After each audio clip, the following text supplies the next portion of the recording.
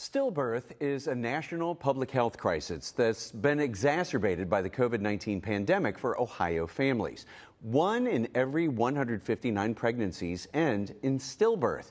And Gary Grosel, Chief Medical Officer with UnitedHealthcare of Ohio, is with us today to talk about stillbirth education and share some important information about UnitedHealthcare's collaboration with Count the Kicks, an evidence-based stillbirth prevention campaign that's intended to improve birth outcomes for families. Good morning, Gary. Thanks for having me. So what is the impact of stillbirth in Ohio?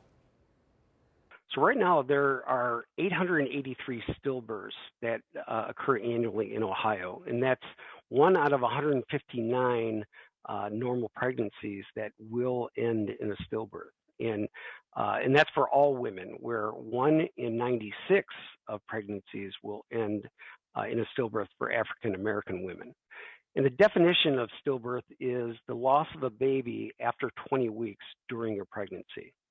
And research has found that a third of these are preventable. And to give a little perspective, in Ohio, families are 10 times more likely to lose a baby than to SIDS, which is sudden infant death syndrome. For those who are unfamiliar, what is Count the Kicks and how does it support expectant parents?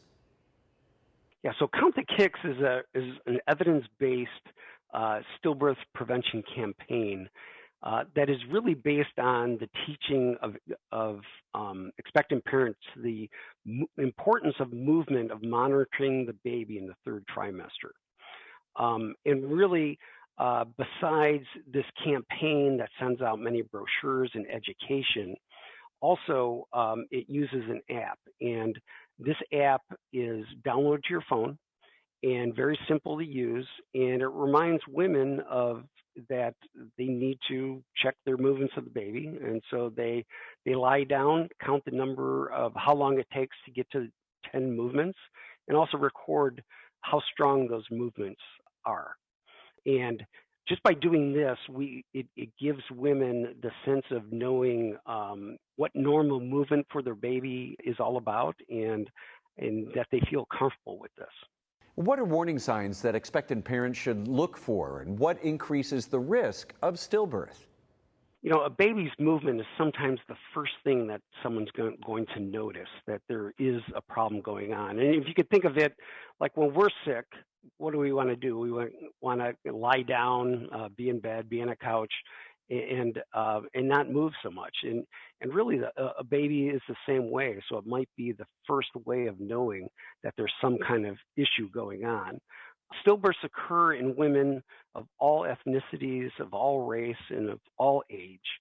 And it does not impact just high-risk pregnancies. Also, low-risk pregnancies and healthy pregnancies can also have a stillbirth. But it does occur more frequently in certain groups, and those groups could include race. African Americans are higher, as we stated before. Maternal age, greater than age 35. Previous stillbirth, having previous stillbirth does increase your risk pretty greatly too. And pregnancy complications such as hypertension, high blood pressure, and diabetes can increase those risks, as well as being a smoker and obese also can play a factor in increasing risk for stillbirth. And where can expectant parents or those who are working with expectant parents find more information and available resources? UnitedHealthcare is committed with Count the Kicks to try to decrease this increased risk of stillbirth in Ohio that's even greater than some of the other states.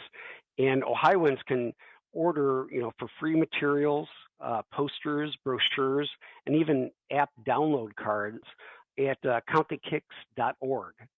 We try to, and the team at Count the Kicks provides, many of the providers, social service agencies, anyone really attached to women who are expecting the same information and being able to get these same materials to them as well. Gary, thanks for sharing this information with us today. Thank you.